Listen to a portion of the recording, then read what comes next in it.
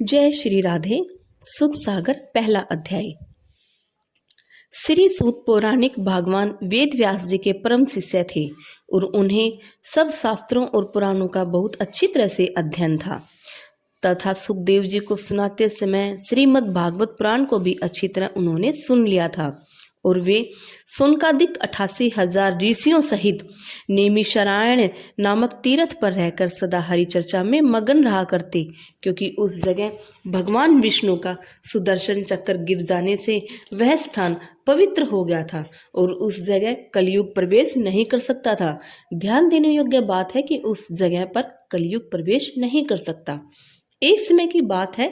एक दिन सोनकादिक ऋषिवर श्री सूत जैसे कहने लगे, हे महाराज, आप सब शास्त्रों के ज्ञाता हैं, इसलिए कोई ऐसी कथा सुनाओ जिसमें भगवान की महिमा भरी पड़ी हो और जिसके सुनने से महज चारों पदार्थों का लाभ हो जाता हो। यह सुनकर सूत जी कहने लगे, ऋषिवरों, इन तीनों लोक और 14 भवनों का निर्माण ब्रह्मा निराकार रूप परमात्मा है, जो अपने तेज से सदा प्रकाशित रहकर सब जीवों का पालन करने वाला है और प्रलय काल में भी वही सब जीवों को समेटकर अपनी ज्योति में मिला लेता है।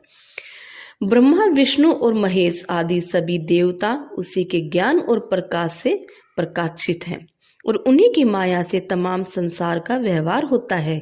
सो वेद व्यास जी ने तमाम संसारी माया को झूठी समझकर उन्हीं परमेश्वर में ध्यान लगाकर श्रीमद् भागवत पुराण को बनाया है, जिसमें छल कपट और रोग रहित ऐसे धर्मों का निर्माण किया गया है जिस पर चलकर मनुष्य सब प्रकार के दुखों से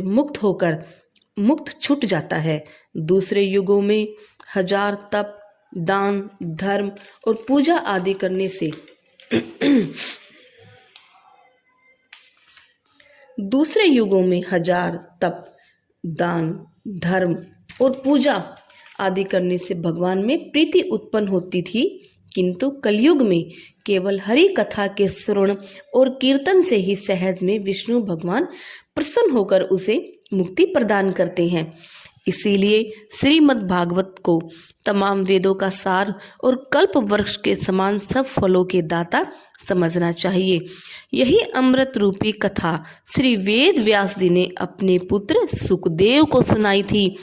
सो वही अमृत रूपी फल श्री सुखदेव मुनि के मुख से टपक कर संसार में प्रकट हुआ है। सो हे ऋषिवरों, तुम इस छिलका और गुठली रहित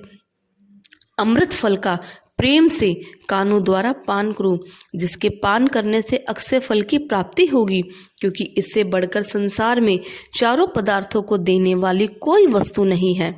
यह सुनकर सोनकादिक ऋषिवर कहने लगे, हे पौराणिक सूत जी, अब आप हमें वही भगवान के गुणों से ओतप्रोत कथा सुनाइए जिसके सुनने से प्राणी संसार के बंधनों से मुक्त होकर भवसागर पार उतर जाए और जिससे थोड़े परिश्रम से भारी फल की प्राप्ति हो। और साथ में यह भी बतलाइए कि जिस पार ब्रह्म परमेश्वर के नाम मात्र से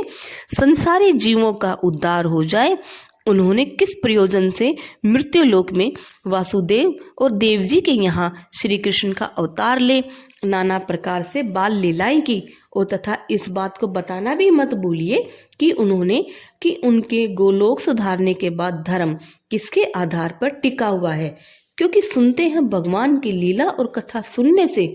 प्राणी 84 लाख योनियों से छूटकर मुक्त हो जाता है और फिर आवागमन के चक्कर में नहीं पड़ता। इसीलिए आप उस भगवान की लीला का सम्यक प्रकार से वर्णन कीजिए। जय श्री राधे, जय श्री राधे।